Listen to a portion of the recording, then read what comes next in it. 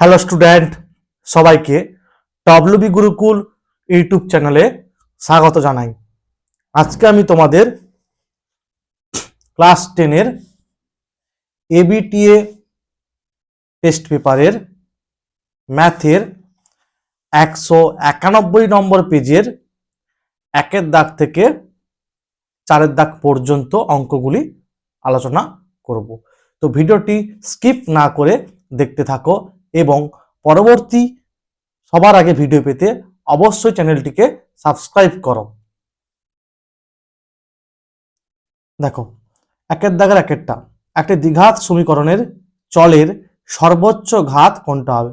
দ্বিঘাত সমীকরণ, চলের সর্বোচ্চ ঘাত হবে 2। যেমন ধরো ax² plus bx plus c সমান 0, এটা কি দ্বিঘাত সমীকরণের জেনারেল ফর্ম। ঠিক আছে, দেখো x এর মাথায় সর্বোচ্চ ঘাত কত আছে? 2 আছে। কোনো মূলধন একটি নির্দিষ্ট সরল সুদের হারে 20 বছরে দ্বিগুণ হয়, একই সরল সুদের হারে ওই মূলধন 3 গুণ হবে কোনটা? মনে করি বার্ষিক সরল সুদের হার r% এবং আসল x টাকা। প্রথম ক্ষেত্রে কি না, প্রথম ক্ষেত্রে আসলটা হচ্ছে দ্বিগুণ হবে, সুদে আসলে কি বলা আছে? দ্বিগুণ হবে। তাহলে আসল x হলে সুদ আসলটা হবে 2x। তাহলে সরল সুদ কত হবে না, সুদ আসল থেকে আসল বিয়োগ মানে x টাকা হবে, আর সময় দেওয়া আছে 20 বছর। তাহলে i সমান p/100, সব মানগুলো বসানো হয়েছে, এখান থেকে আমি আর পাবো কত? 5। ঠিক আছে, দ্বিতীয় ক্ষেত্রে সুদ আসলটা হবে কত? 3x টাকা। বলা ছিল না আসলে 3 গুণ হবে, তাই সুদ আসলটা হচ্ছে 3x টাকা। তাহলে সরল সুদ কত হবে না 3x - x 2x টাকা। তাহলে সময় বের করতে বলা আছে, মানে ধরো আমাকে টিটা বের করতে হবে, মানে 100 গুণিতক i বাই পি গুণিতক আর হবে।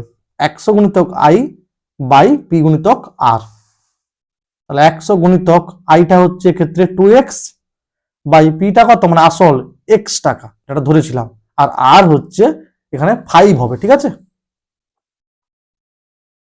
তাহলে x কাটবে, 5 2 10, 0 20 দিয়ে 40 বছর হবে। ঠিক আছে, 20 সঙ্গে 2 গুণ করলে 40। অপশন হবে সি।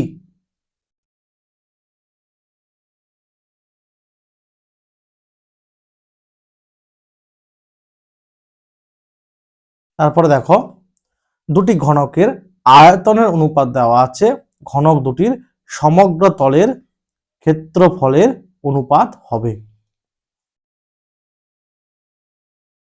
মনে করি দুটি ঘনকের বাহুর দৈর্ঘ্য যথাক্রমে x একক ও y একক। তাহলে আয়তনের সূত্র কি হয় গো? বাহুর হোল কিউব। তাই শর্তানুসারে প্রথম ঘনকের আয়তন বাই দ্বিতীয় ঘনকের আয়তন সমান 1:27 ছিল, তাই 1/27। তাহলে এটা লেখা যায় x/y এর হোল কিউব, এটা কি 3 এর কিউব 27 হয়, তাহলে 1/3 হোল কিউব। তাহলে দেখো x/y সমান 1/3। অতএব ঘনক দুটির সমগ্র তলের ক্ষেত্রফলের অনুপাত হবে সমান। সমগ্র তলের ক্ষেত্রফলের সূত্র কি? 6 গুণিতক বাহুর হোল স্কোয়ার। তাই এটা প্রথম ঘনকের সমগ্র তলের ক্ষেত্রফল, এটা দ্বিতীয় ঘনকের সমগ্র তলের ক্ষেত্রফল। 6 আর 6 কাটবে, = আছে, তাহলে বাই আসবে, তাই x/y এর হোল স্কোয়ার লিখেছি। ঠিক আছে, x² কে আমি লিখেছি x/y এর হোল স্কোয়ার। তারপরে এই মানটা আমি বসিয়েছি 1/3, মানে 1/9, মানে কি 1:9, মানে অপশন সি হবে। 2a = 3b = 4c হলে a:b:c কোনটা হবে? 2a = 3b = 4c, বা 2 3 4 এর লসাগু হচ্ছে 12 হয়, তাহলে 2a/12, 3b/12 আর 4c/12, তাহলে a/6, b/3 আর b/4 আর c/3। ঠিক আছে, এইবারে সাপোজ এখানে কে ধরে নিলাম, নট ইকুয়াল টু 0, ঠিক আছে, ধ্রুবক। তাহলে কি হবে গো, a সমান 6k, b সমান 4k, c সমান 3k। তাহলে a is to b is to c, 6k is to 4k to 3k, 6 is to 4 is to 3। দেখো এটার পরে কিন্তু সহজে বলে দেওয়া যাবে, a is to b is to c সমান 6 is to 4 is to 3, মানে এটা না করেও এটা বলা যাবে। ঠিক আছে, এটা হবে অ্যান্সার।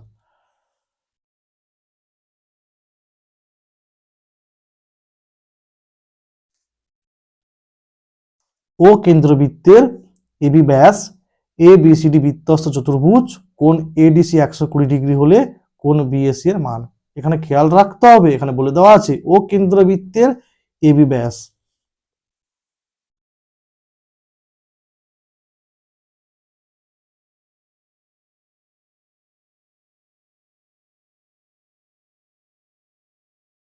ও কেন্দ্রবৃত্তের এবি ব্যাস। এবারে এবিসিডি বৃত্তস্থ চতুর্ভুজ, ঠিক আছে,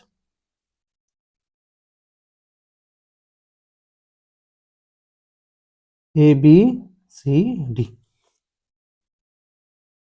দেওয়া আছে কি, এইটা 120 ডিগ্রি দেওয়া আছে, কোণ এডিসি 120 ডিগ্রি দেওয়া আছে, আমাকে বার করতে হবে কোণ বিএসি, বিএসি, তাহলে কি গো, এসি যুক্ত করতে হবে, এসি যুক্ত করতে হবে। ঠিক আছে, এসি যুক্ত করলাম, যুক্ত করা হলো। আচ্ছা খেয়াল করো, এটা ব্যাস, তাহলে এটা কত ডিগ্রি কোণ গো, এটা হচ্ছে এসিবি অর্ধবৃত্তস্থ কোণ, মানে কোণ এসিবি হচ্ছে 90 ডিগ্রি, এটা 90 ডিগ্রি হয়ে গেল। আবার বৃত্তস্থ চতুর্ভুজের ক্ষেত্রে বিপরীত কোণদ্বয়ের সমষ্টি হয় 180 ডিগ্রি, তাহলে এ ডিসি 120 ছিল, তাহলে এ বিসি কত হবে না, কোণ এ বিসি সমান হবে 180 ডিগ্রি মাইনাস কোণ এ ডিসি, 180 ডিগ্রি মাইনাস 120 ডিগ্রি, মানে 60 ডিগ্রি হবে। তাহলে এটা এটা পরস্পর কত হয়ে যাচ্ছে, সম্পূরক হয়ে যাচ্ছে, এটা 120, এটা 60, ঠিক আছে, এটা 90, এটা 60, তাহলে এটা পেয়ে যাবো। তাহলে ত্রিভুজ এ বিসি এর কোণ বিএসি সমান হবে 180 ডিগ্রি মাইনাস 90 ডিগ্রি প্লাস এটা 60 ডিগ্রি, 90 ডিগ্রি প্লাস 60 ডিগ্রি, ঠিক আছে, তাহলে হবে 180 ডিগ্রি মাইনাস 150 ডিগ্রি সমান হবে 30 ডিগ্রি। ঠিক আছে, এটা এটা 90, এটা 60 হচ্ছে, তাহলে 90 আর 60 যোগ করলে 150 ডিগ্রি হচ্ছে, 180 ডিগ্রি থেকে 150 ডিগ্রি বিয়োগ করলে এটা হবে 30 ডিগ্রি, কোণ বিএসি 30 ডিগ্রি। ঠিক আছে, এটা আমি লিখেছি 150 ডিগ্রি, আর এটা লিখেছি 30 ডিগ্রি, 5, ঠিক আছে।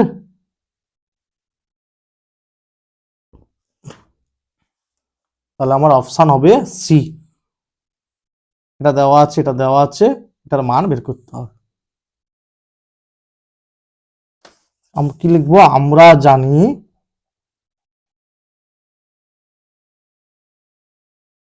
জানি cosec square alpha minus cot square alpha সমান 1, বা মানগুলো বসাও, 3x এর হোল স্কয়ার মাইনাস 3x এর হোল স্কয়ার সমান 1, তাহলে 9x square minus 9x square সমান 1, তাহলে 9 কমন নাও, x square whole into 1/x square সমান 1, 3 whole into x square minus 1/x square সমান 1/3। দেখো 3 3 9 হয়, ঠিক আছে, আমাকে বলেছে এটার মান কত, তাহলে কি হবে 1/3 হবে, 1/3 3।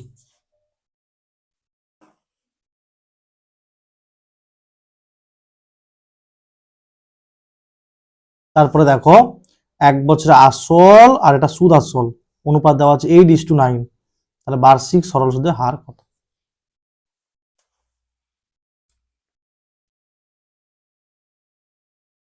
মনে করি বার্ষিক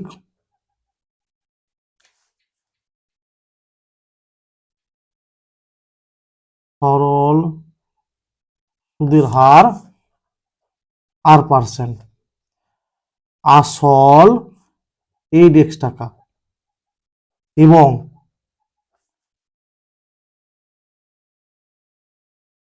সুদ আসল 9x টাকা। এখানে লিখবে যেখানে x নট ইকুয়াল টু 0 হলো কি সাধারণ গুণিতক, হলো সাধারণ গুণিতক। ঠিক আছে, এটা লিখবে সাধারণ গুণিতক। এক্স হলো বা লিখবে এক্স হলো অশূন্য সাধারণ গুণিতক। ঠিক আছে, এটা লিখতে পারো। তাহলে দেখো আসলে এটা সুদ আসল, তাহলে সরল সুদ ব্র্যাকেটে আই কি হবে, সুদ আসল থেকে আসল বিয়োগ যাবে সমান হবে এক্স টাকা। সময় দেওয়া আছে টি সমান 1 বছর। ঠিক আছে, সময় টি সমান দেওয়া আছে 1 বছর। আমরা জানি আই সমান P R T by x. ঠিক আছে, বা আচ্ছা আর এর মান বের করবো 100 গুণিতক আই বাই পি গুণিতক টি। তাহলে 100 গুণিতক আই হচ্ছে এক্স, পি হচ্ছে 8x আর টি হচ্ছে 1, এক্স এক্স কাটবে, তাহলে 100 বাই 8, 4 2 8, 4 25 100, 12 পূর্ণ 1/2,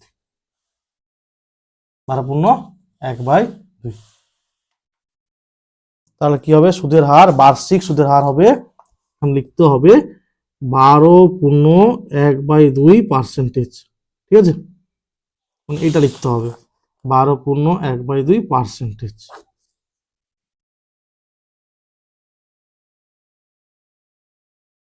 তারপরে দেখো একটি বৃত্তাকার ক্ষেত্রের বৃত্তকলা হলো বৃত্তচাপ ও দুটি ড্যাশের সীমাবদ্ধ অঞ্চল, দুটি ব্যাসার্ধের সীমাবদ্ধ অঞ্চল। এখানে হবে ব্যাসার্ধ, মানে ছবিটা দেখো এইরকম, এই এই এইটা একটা বৃত্তকলা, এটা একটা বৃত্তকলা, এটা বৃত্তচাপ আর এই দুটি, এই যে একটা ব্যাসার্ধ, এই যে একটা ব্যাসার্ধ। ঠিক আছে, এখানে একটা জিনিস খেয়াল করো, এটা একটা বৃত্তকলা হচ্ছে, আবার ঘুরে দেখো এটা একটা বৃত্তচাপ, তো আবার ব্যাসার্ধ, মানে এটাও একটা বৃত্তকলা। ঠিক আছে, ওই জন্য বলা হয় এটা ছোট বৃত্তকলা, এটা বড় বৃত্তকলা। ঠিক আছে, তাহলে সেখানে শূন্যস্থানে কি হবে, ব্যাসার্ধ হবে, দুটি ব্যাসার্ধ এর সীমাবদ্ধ অঞ্চল দ্বারা সীমাবদ্ধ অঞ্চল। সময়ের সঙ্গে কোনো কিছু নির্দিষ্ট হারে বৃদ্ধি হলে সেটি হবে সমহার বৃদ্ধি। ঠিক আছে, শূন্যস্থানে হবে, তোমরা পুরো ভাষাটা তুলবে। ঠিক আছে, এখানে যেটা আছে সেখানে হবে শূন্যস্থানে হবে সমহার। ঠিক আছে, সমহার, আর আগেরটা কি ছিল, পুরোটা তুলবে, তুলে লিখবে ব্যাসার্ধ। ঠিক আছে, তারপরে দেখো √3 - 2 এর অনুবন্ধীকরণী। প্রথমে জানতে হবে অনুবন্ধীকরণী কাকে বলে। না, একটি করণীকে অপর একটা করণীর অনুবন্ধীকরণী বলা হবে যদি করণী দুটি যোগফল এবং গুণফল উভয়ই মূলদ সংখ্যা হয়। তাহলে দেখো √3 - 2 এর অনুবন্ধীকরণী হলো, লিখতে পারি -√3 - 2, কি হবে -√3 - 2, এটা যোগ করো, যোগ করলে এটা এটা কাটবে, -4 হবে। আবার গুণ করলেও মূলদ সংখ্যা পাবে, ঠিক আছে। যোগ করলেও এটা আর এটা যোগ করলেও মূলদ সংখ্যা পাবে, এটা এটা গুণ করলেও মূলদ সংখ্যা পাবে। মানে √3 - 2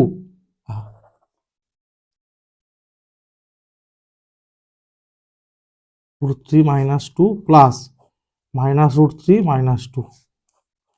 দেখো +√3 আর -√3 কেটে যাবে, -2 আর -2 যোগ করলে -4।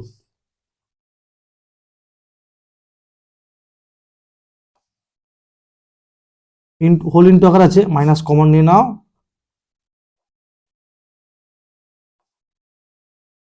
a - b R a + b। সূত্র কি? a square minus b square, 3 - 4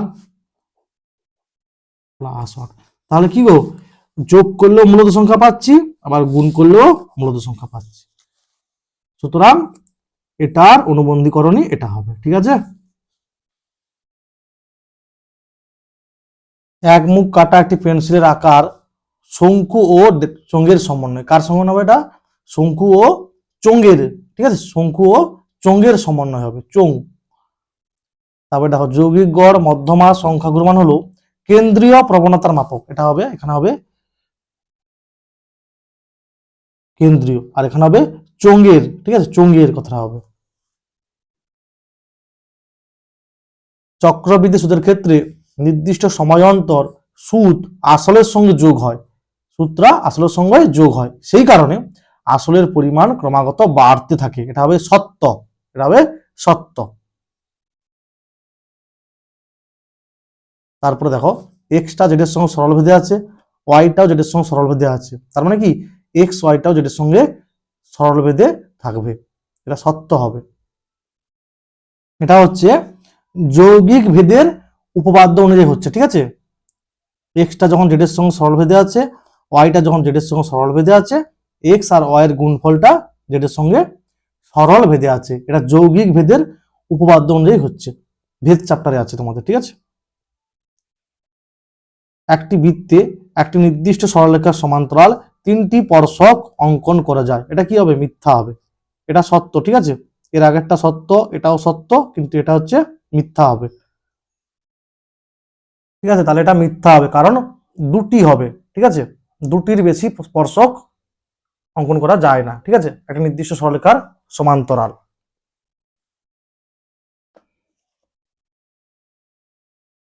এই বিচ্ছেদকের সমান্তরাল ওই বৃত্তে দুটির বেশি স্পর্শক পেলাম না, ঠিক আছে। তোমাদের টেক্সট বইতে 207 পেজে আছে, ঠিক আছে। দুটি অঙ্কন করা যায়, ঠিক আছে, দুটার বেশি হয় না। একটি বৃত্তে একটি নির্দিষ্ট সরলরেখার সমান্তরাল দুটি স্পর্শক অঙ্কন করা যায় হবে, তিনটি হবে না। তারপরে দেখো একটা নিরেট গোলকের ব্যাসার্ধের দৈর্ঘ্য দ্বিগুণ করলে গোলকটির আয়তন 3 গুণ হবে। মনে করি গোলকটির ব্যাসার্ধের দৈর্ঘ্য r একক, অতএব গোলকটির আয়তন হবে 4/3 πr³ ঘন একক। এখন গোলকটির ব্যাসার্ধের দৈর্ঘ্য দ্বিগুণ করা হলে, মানে আগে ছিল ব্যাসার্ধ r, দ্বিগুণ করা হলে ব্যাসার্ধ হবে 2r, তাহলে আয়তন কত হবে? 4/3 পাই ইন্টু 2r এর হোল কিউব, 2 এর হোল কিউব কত হয়?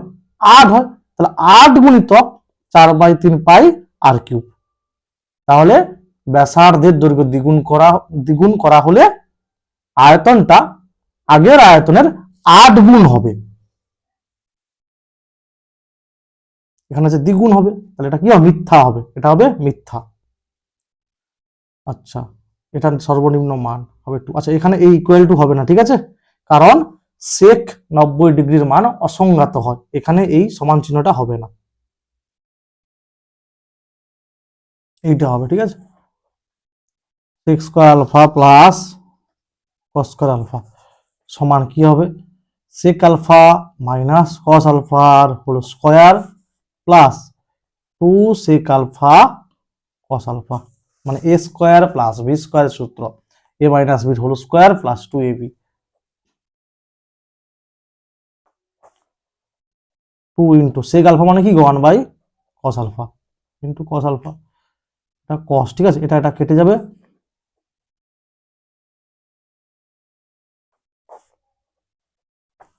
তাহলে দেখো এটার মান সর্বনিম্ন হবে যদি এটার মান সর্বনিম্ন হবে যদি এটার মান কি 0 হয়, তাহলে এর সর্বনিম্ন মান হবে কত 2 হবে 2। এইভাবে লেখা হয় উঁচু ক্লাসের দিকে, এইভাবে 2, যেহেতু sec আলফা মাইনাস cos আলফার whole square greater than or equal to 0। ঠিক আছে, তাহলে এটা হবে সত্য, এটা হবে সত্য। ঠিক আছে, sec 90 ডিগ্রির মান অসংজ্ঞাত হয়, তাই এখানে ইকুয়াল টু হবে না। আচ্ছা, তারপরে দেখো এই তথ্যের সংখ্যাগুলোর মান 10 দেওয়া আছে। আমরা কি জানি কোন তথ্যের সংখ্যাগুলোর মান তাকে বলা মানে সেটা হবে যেটা বেশিবার থাকবে। দেখো এখানে 9টা বেশিবার আছে, 9 একবার দুবার তিনবার আছে, তাহলে এই তথ্যের সংখ্যাগুলোর মান হবে 9, কিন্তু দেওয়া আছে 10, তাহলে এটা কি হবে মিথ্যা হবে।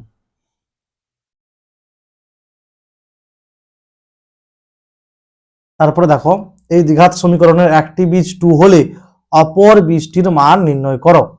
ঠিক আছে, এটা তোমাদের আমি 140 নম্বর পেজে বুঝিয়ে দিয়েছি, সেটা দেখে নিও। ঠিক আছে, আমার ইউটিউব চ্যানেলের প্লে লিস্টে দেখে নিও,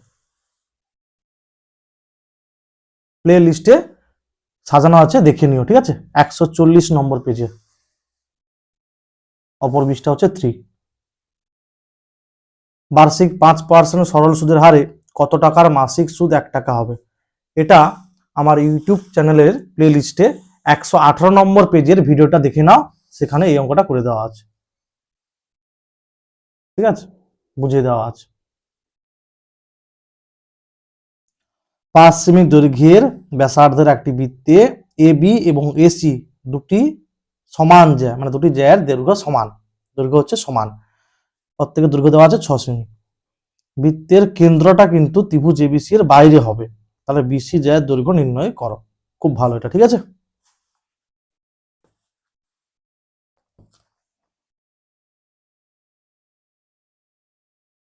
বৃত্তের কেন্দ্র বলে দেওয়া আছে ত্রিভুজ এবিসির বাইরে থাকবে, আর এ বি আর এসি জ্যা বলে দেওয়া আছে, মানে এটা কমন পয়েন্ট।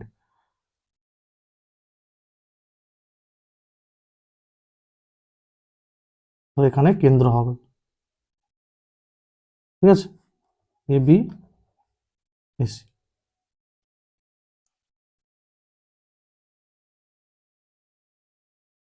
যোগ করে দাও।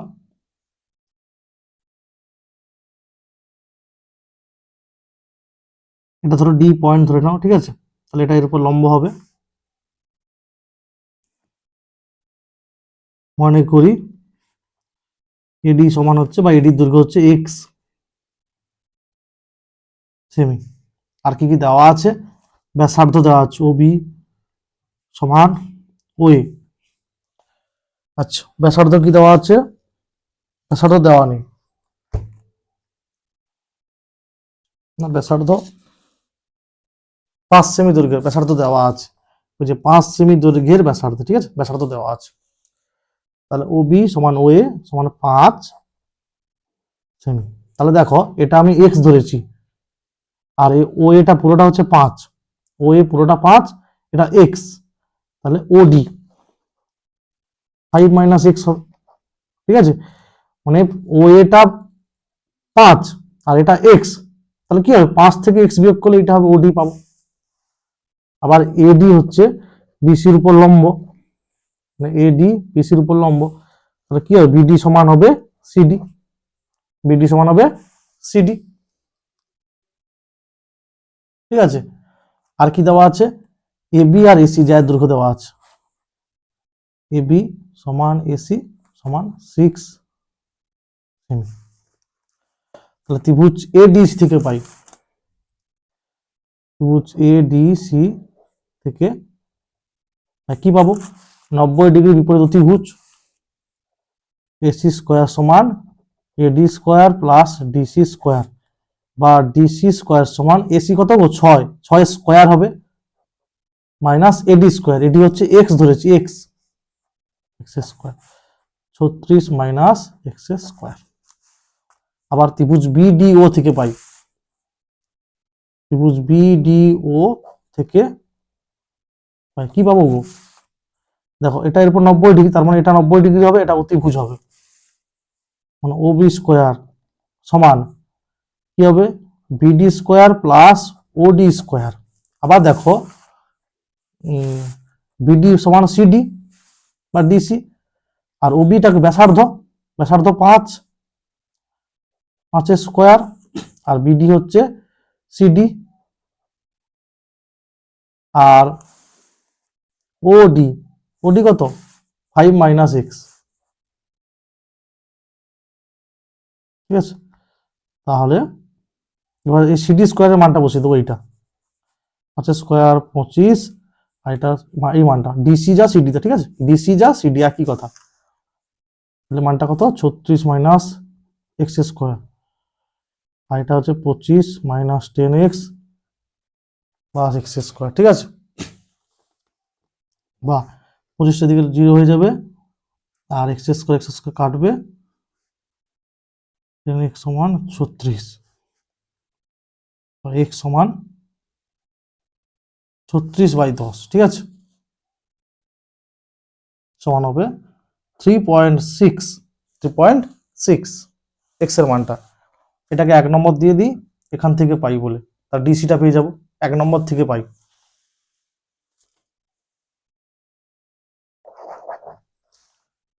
এক নম্বর থেকে পাই কি পাবো, ডিসি স্কোয়ার সমান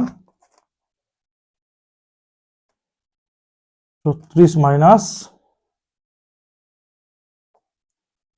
36/10 whole square, 36 minus 36 whole square কত হবে 1296/100, 3600 মাইনাস 1296/100, 10 থেকে 6 গেলে 4, 10 9 আছে, 9 থেকে 9 গেলে 0, তাহলে 35 থেকে 23, তাহলে ডিসি বা সিডি হচ্ছে টোভার 2304/100, 2304 বর্গমূল। এদিক থেকে জোর, ঠিক আছে, 7 4 16, 7 জোড় নামবে, এর দ্বিগুণ 8 দিয়ে দাও, 8 8 64, 4 6 10, 8 64 6 70, তাহলে 48 হবে, আর 100 বর্গমূল 10, 4.8। তাহলে দেখো এটা 4.8, তাহলে এটাও 4.8, তাহলে বিসি কত হবে 2 গুণিতক 4.8, বিসি সমান 2 গুণিতক 4.8।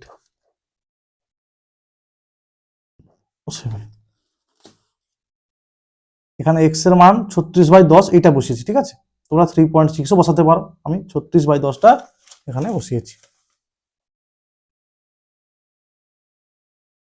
তাহলে অতএব বিসি জ্যায়ের দৈর্ঘ্য 9.6 সেমি। তারপর দেখো তিনটি নিরেট ঘনক যাদের প্রত্যেকটি ধারের দৈর্ঘ্য দেওয়া আছে যথাক্রমে 3 সেমি, 4 সেমি, 5 সেমি, ঘনক তিনটি গলিয়ে একটা নতুন, এটা ঘনক হবে, ঠিক আছে, একটা নতুন নিরেট ঘনক লিখো। ঘনক প্রস্তুত করা হলো, নতুন ঘনকের একটি ধারের দৈর্ঘ্য কত হবে, ঠিক আছে, তাহলে এটা ঘনক হবে। মনে করি নতুন ঘনকের একটি ধারের দৈর্ঘ্য এক্স সেমি, অতএব নতুন ঘনকটির আয়তন হবে x³ ঘন সেমি।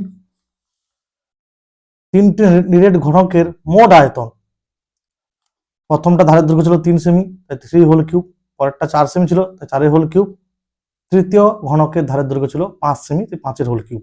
ঠিক আছে, মোট আয়তন বার করানো হয়েছে। তাহলে অতএব শর্তানুসারে কি হবে, x³ সমান 216, তাহলে x এর মান হবে 6। অতএব নতুন ঘনকটির একটি ধারের দৈর্ঘ্য হবে 6 সেমি।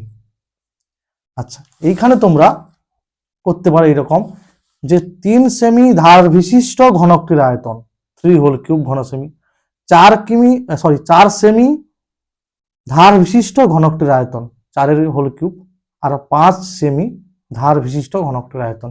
এই জায়গাটায় তিনটা বার করতে পারো, আমি একেবারে করে দিয়েছি, ঠিক আছে, তিনটি নিরেট ঘনকের মোট আয়তন বলে করে দিয়েছি। তোমরা আলাদা আলাদাভাবে এখানে বার করতে পারো, তারপরে যোগ করতে পারো, ঠিক আছে, এভাবে করলেও হবে, আর আলাদা আলাদা বার করানোর পরেও এভাবে যোগ করলেও হবে, ঠিক আছে। অতএব নতুন ঘনকটির একটি ধারের দৈর্ঘ্য 6 সেমি। তারপর একটা ভিটটা তোমরা দেখবে আমার ইউটিউব চ্যানেলের প্লে লিস্টে 23 নম্বর পেজে করে দেওয়া আছে, ঠিক আছে। আর ভি8টা হচ্ছে 96 নম্বর পেজে করে দেওয়া আছে আমার চ্যানেলের প্লে লিস্টে, তোমরা দেখবে, ঠিক আছে। ইউটিউব চ্যানেলের প্লে লিস্টে করে দেওয়া আছে এইটা। এবারে একটি লম্ববৃত্তাকার চোঙের উচ্চতা দেওয়া আছে, বক্রতলের ক্ষেত্রফল দেওয়া আছে, আয়তন বের করতে হবে। মনে করি চোঙটির ব্যাসার্ধের দৈর্ঘ্য আর সেমি, আর দেওয়া আছে চোঙের উচ্চতা এইচ দেওয়া আছে কত, 14 সেমি। তাহলে চোঙটির বক্রতলের ক্ষেত্রফল সূত্র কি গো, 2πr/h, এইচ হচ্ছে 14 বর্গ সেমি। শর্তানুসারে এটা সমান দেওয়া আছে 264। পায়ের মান বসানো হয়েছে 22/7, 7 2 14, তাহলে 22 দিয়ে 44 দিয়ে কত, 88, 88 3 264 হয়। তাহলে আর সমান 3 বেরিয়েছে। অতএব চোঙটির আয়তন হবে সমান, সূত্র কি, πr²h। তাহলে পায়ের মানটা হচ্ছে 22/7 বসানো হয়েছে, আর হচ্ছে 3 হোল স্কোয়ার ইন্টু এইচ কত, 14 দেওয়া ছিল ঘন সেমি। 7 2 14, 22 2 44 ইন্টু 3 বর্গ কত, 9। অ্যান্সার হবে 396 ঘন সেমি, ঠিক আছে। এখানে তোমরা সূত্রটা লিখতে পারো, πr²h এইভাবে লিখতে পারো, ঠিক আছে, ঘন সেমি। তারপরে মান বসালে পাইয়ের মান, আর এর মান, এইচ এর মান, ঠিক আছে। তারপরে দেখো 8এরটা আমার ইউটিউব চ্যানেলের প্লে লিস্টে তোমরা দেখে নিও, 165 নম্বর পেজে করে দেওয়া আছে, ঠিক আছে। এবিটি 165 পেজ, যেটা সেখানে করে দেওয়া আছে। 9এরটা দেওয়া আছে, দেখাও অশূন্য ভেদ ধ্রুবক তিনটির গুণফল 1।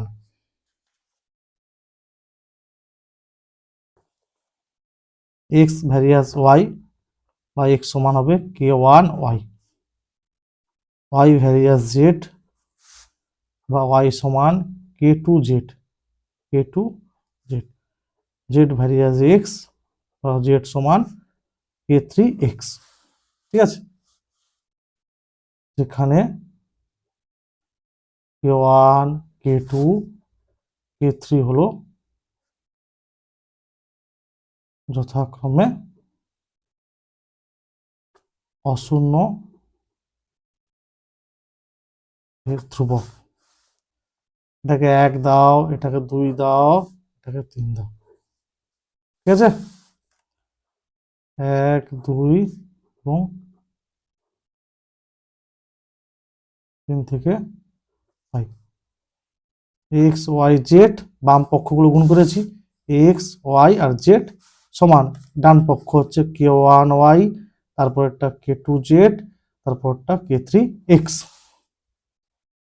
তাহলে দেখো এক্স ওয়াই জেড আর এক্স ওয়াই জেড কেটে যাবে, k1 k2 k3 সমান 1। তাহলে অতএব লিখবে অশূন্য ভেদ ধ্রুবক তিনটির গুণফল 1।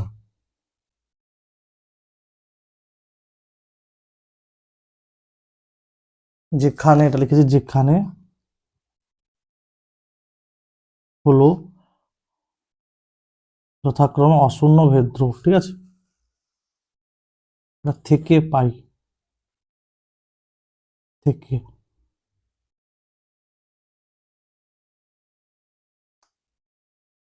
তারপরে দেখো একটি লম্ববৃত্তাকার শঙ্কুর পার্শ্বতলের ক্ষেত্রফল ভূমিতলের ক্ষেত্রফলের √5 গুণ শঙ্কুটির উচ্চতা ও ব্যাসার্ধের দৈর্ঘ্যের অনুপাত নির্ণয় করো।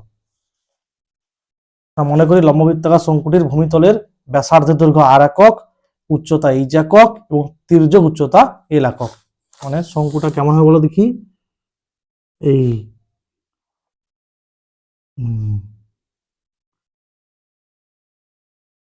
এটা হচ্ছে এল, এটা আর, এই যে একক ধরেছি, সব এককগুলো লিখবে, ঠিক আছে। শঙ্কুর ভূমিতলের ক্ষেত্রফল মানে কি গো, বৃত্তের ক্ষেত্রফল πr², ঠিক আছে। আর পার্শ্বতলের ক্ষেত্রফল হচ্ছে πrl বর্গ একক, πrl বর্গ একক। এটা অতিভুজ হচ্ছে, ওই জন্য দেখো এল সমান √r² প্লাস h², πrl, ঠিক আছে, এটা পাই আর এবং ভূমিতলের ক্ষেত্রফল হচ্ছে πr² বর্গ একক। শর্তানুসারে, ঠিক আছে, পার্শ্বতলের ক্ষেত্রফলটা ভূমিতলের ক্ষেত্রফলের √5 গুণ, বা পাই পাই কাটবে আর একটা কেটে যাবে, তাহলে এল সমান হবে √5 আর, বা এল স্কোয়ার সমান 5 আর স্কোয়ার। এল এর মানটা বসিয়ে দাও এইটা, তাহলে এল স্কোয়ার হলে কি হবে গো, আর স্কোয়ার প্লাস এইচ স্কোয়ার হবে, √5টা উঠে যাবে,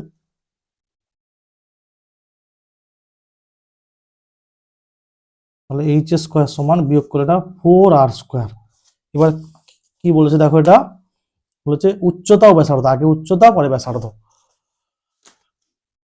তাহলে অতএব এইচ সমান 2r, কারণ উচ্চতা ব্যাসার্ধ এগুলো কি সব দৈর্ঘ্য মানে ধনাত্মক, তাহলে এইচ বাই আর সমান 2/1, ঠিক আছে, 2/1,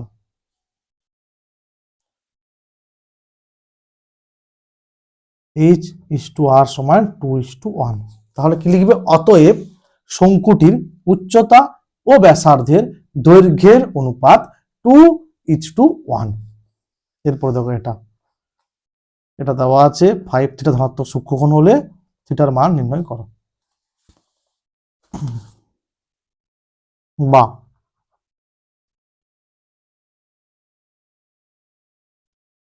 সেক থিটা কি জানি, কোসেক 90 ডিগ্রি মাইনাস থিটা, থিটাটা এখানে 5 থিটা, পূরক কোণের চ্যাপ্টার অঙ্ক, ঠিক আছে, পূরক কোণের ত্রিকোণমিতিক অনুপাত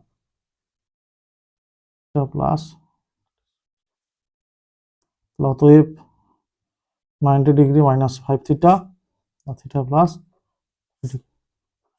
5 থিটা প্লাস, তাহলে 90 ডিগ্রি মাইনাস 36 ডিগ্রি, এটা সবার যোগ হলে হবে 6 থিটা, বা 6 থিটা সমান 54 ডিগ্রি, অতএব থিটা সমান কত হবে 9 ডিগ্রি, ঠিক আছে। আর এটা তখনই হবে মানে cosec of 90 degree minus 5 theta সমান সেক 5 থিটা তখন হবে যখন 5 থিটা হচ্ছে ধনাত্মক সূক্ষ্মকোণ, এটা মনে রাখতে হবে, ওই জন্য দেওয়া আছে এখানে দেখো 5 থিটা ধনাত্মক সূক্ষ্মকোণ, ঠিক আছে।